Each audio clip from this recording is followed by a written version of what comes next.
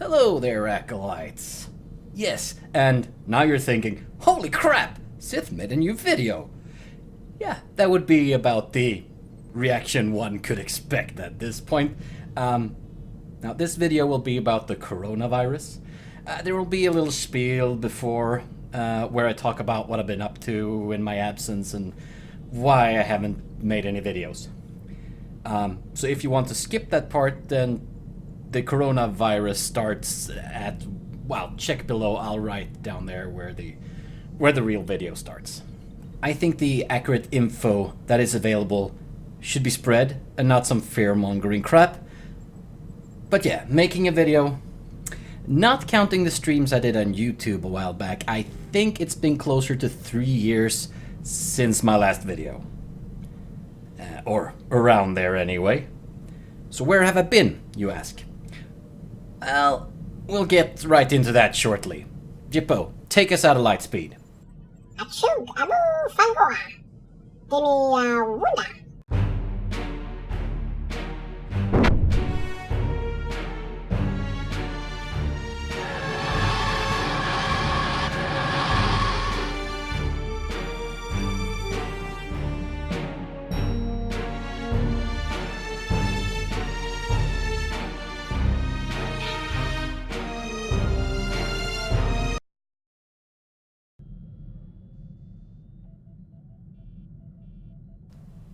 Right, so where have I been and what have I been doing? Well, there's been a big battle with the Jedi a while back that kept me busy for about a year.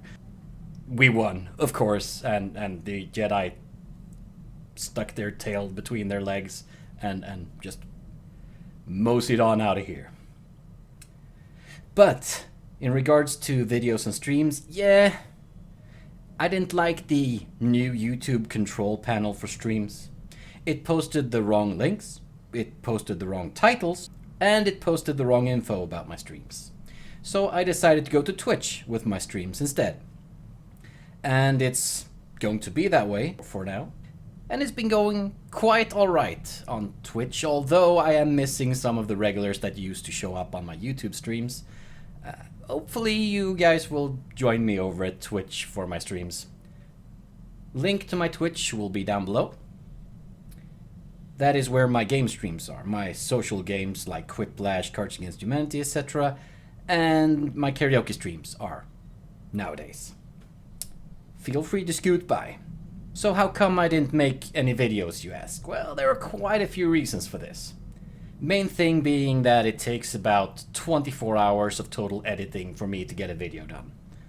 And if it's a research heavy video, kinda like this one, it could easily get up to 30 hours. Especially if it's a longer video as well. My videos are usually somewhere between 10 and 15 minutes. If it's longer, like 20 plus minutes, then yeah, naturally the editing time increases. That's a lot of time to spend on making a video. One other main thing is that I have a full-time job. That also takes up a lot of my time, and I can't spend every waking hour making videos because, yeah, that just doesn't work. The other main thing behind the lack of videos is that everything has become political these days. No matter what the subject, people will make it political, and it sucks. The last main thing that has put me off from making videos is the fact that many of the former skeptic anti-SJW community have taken such a hard turn right that it almost gave me a whiplash.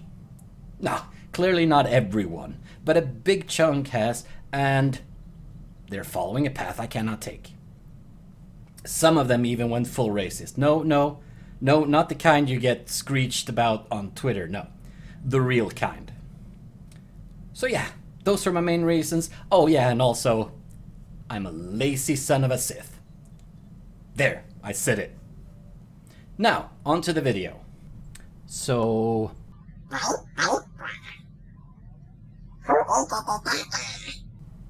What? Biff, stop it. You do not have the coronavirus. You're just being lazy as usual. Get your lazy ass back to work. Before I force push you right into the wall. Now get! So what is the coronavirus then? Well, the coronavirus is a family name for a specific virus that generally target the respiratory system of animals. The SARS virus that did quite a bit of damage in the early 2000s was a coronavirus. This new strain that is being spread now is called the novel coronavirus, but for ease of reference it will be the coronavirus here in this video. The coronavirus is a zoonotic virus, which means that it transfers from animals to humans. Now, there has been a case of Germany where an infected person has not been to East Asia and got infected from another human. This is the first case outside of Asia where this has happened. It's kind of strange though, but generally we humans think of ourselves not as animals, thus making the transfer seem highly unlikely. But we are animals, and while transfer from certain animals that don't have major similarities to us makes the transfer less likely. And as I said, there have been reported cases in China as well where the transfer has been from human to human. Now, there are several strains of the coronavirus in the animal population in East Asia and, well, other parts of the globe as well. And these coronaviruses have not infected the humans. Yet. But don't worry, we'll see more coronaviruses pop up every once in a while. SARS was the same. It also spread from animals to humans.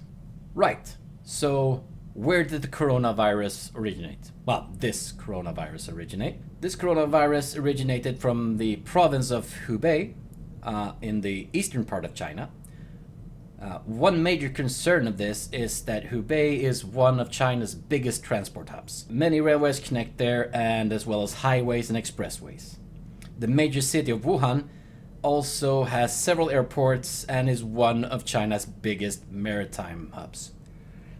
This could potentially have spread the virus further and faster than if it had been a less trafficated area. While the area is under quarantine, it is estimated that approximately 5 million people have left the major city of Wuhan since the outbreak. And the general description of the area is that it's a ghost town, even if they mean the province as well as the city of Wuhan. So, how did it start spreading?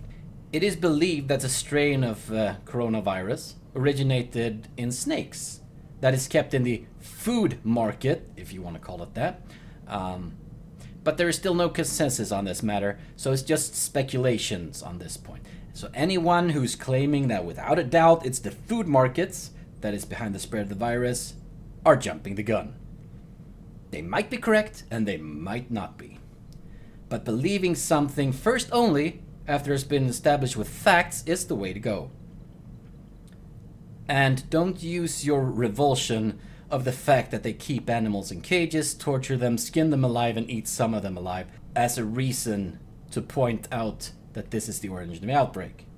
Now, protesting the food markets, go ahead, do that as much as you want. In fact, I encourage it, but don't let it devolve into racism. So, what symptoms do infected people show? Generally, the coronavirus targets the respiratory system. Stuffy nose, sore throat, coughs, sneezing, in some cases fever, and in younger children it can even present as middle ear infections. Generally normal flu-like symptoms, which makes it almost impossible to determine if it's a coronavirus without doing tests. So what can you do to minimize the risk? If you have flu-like symptoms, it's suggested that you get yourself tested instantly. Especially if you've been in contact with anyone that has been in China or other countries that have had several cases of coronavirus, or yourself have been in East Asia. Wash your hands every time you've been to the bathroom, been out in public and touched doorknobs, etc., and before and after preparing meals. This will limit the exposure for you and for others. If you're showing symptoms and you have been tested, stay at home until your test results are in. Unless the hospital decides to keep you for observation in an isolation just to be safe. Now, general immune system boosting things you can do. Now, since the immune system is a massive system, there is no small fixes you can do to boost it. It requires a lot of effort. Here are some suggestions. Don't smoke. Eat a diet that's high in fruit and vegetables. Exercise regularly. Maintain a healthy weight. If you decide to drink alcohol, drink only in moderation. Get adequate sleep.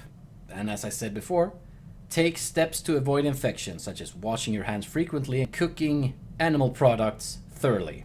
And lastly, try to minimize stress. Well, shit, I'm doing a YouTube video. I'm done. Right. Doing these things in the future will help you ward off viruses. It might not help right now, since it takes a while to get these things ticked off. But for the future, your body will be a lot stronger. Do not fall for the magical pill that's supposed to fix everything, or Jesus tea, or whatever. Even if they have some slight marginal effect on the immune system, there could be other parts of the immune system taking a beating because of these pills or teas or whatever. The regimen, as I stated earlier, is the best way to go. Now, who are at risk? Generally, everyone in the population is at risk of getting the coronavirus. In fact, basically all adults have had one coronavirus or another in their system growing up. Now, being infected doesn't mean you'll cough your lungs up and die. No. The vast majority of the population will, without any issue, fend off this coronavirus and come out well after a time of convalescence. The people who are at most risk are toddlers, who haven't built up a resistance to many viruses and bacteria in their immune system. The elderly, generally the body becomes less and less apt in dealing with infections the older you get. All your systems works less effective, and it takes a lot longer to get rid of infections should you get one. The people who are immunocompromised.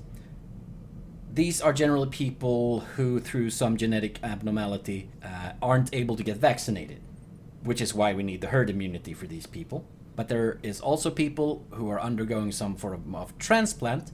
They take immunoreducing medicine to not have the body reject the transplanted organ. The people who are infected with HIV/AIDS and have cancer also have this immunodeficiency. And of course, people working in healthcare service are also at a greater risk than the general population. All this said, the general population does not have all that much for concern at this point. However, it does require that the virus doesn't mutate. That could make combating it more difficult.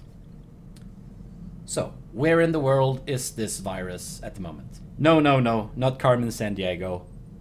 The coronavirus. The John Hopkins have created a tracking map, as live as possible, showing where the outbreak was, where the infected are right now, and the number of infected people and the current death toll. Now, I will provide a link for this map down below so you can check for yourself. As I am writing, the number of infected are a little over 6,000 people. The number of deaths are 132. The number of infected have been doubling every other day. But bear in mind that Hubei is a massive province with almost 60 million people. The major city of Wuhan has, or well, rather had, should I say, 10 million people living there, thus making spreading the virus very easily. The major outbreak has not spread very far. There's been quite a few infections in the Central and Eastern Asia. The rest of the infections have just been a few people in different countries. So is there a cure? Well, funny thing is, just as I'm writing this, the Australian scientists have actually grown the current coronavirus from a live sample from an infected person, and this could lead to a vaccine for the virus. China has also done the same, but they previously have refused to share the live virus, which kind of makes sense since there weren't really any infected people outside China at that point. Now, the Australian government will be sharing the live virus with other governments to be able to faster create a vaccine. Let's just hope they keep the virus under great safety precautions. We don't want it to spread where it hasn't spread yet. So, in conclusion, is there any reason to be frightened to death? No, not really. Not at this point anyway. Taking precautions that I've stated earlier in this video should help you and the people close to you stay safe. And if you have loved ones that are immunocompromised in some reason, Do not visit them when you have any cold symptoms whatsoever. This goes for all the time, not just when there's an outbreak of coronavirus or something like that. Even a common cold could wreak havoc on an immunocompromised person, and don't even get me started on the flu. But as long as the virus doesn't mutate, the general population doesn't have much to worry about. It could do a number on the economy though. If the majority of the population is sick and can't work, then that can be catastrophic. But loss of income is still better than loss of life. And that was it. I hope you all got something from this video. Felt like I had to do this video since there's a lot of misinformation and scaremongering going on right now. Better if you guys get the facts straight. Have a great week, people, and keep on the lookout for more videos. Tick that bell so you will get notified when I actually do make a video in 2 years or so. Or at least I hope you will get notified. I mean, randomness is a feature, I guess.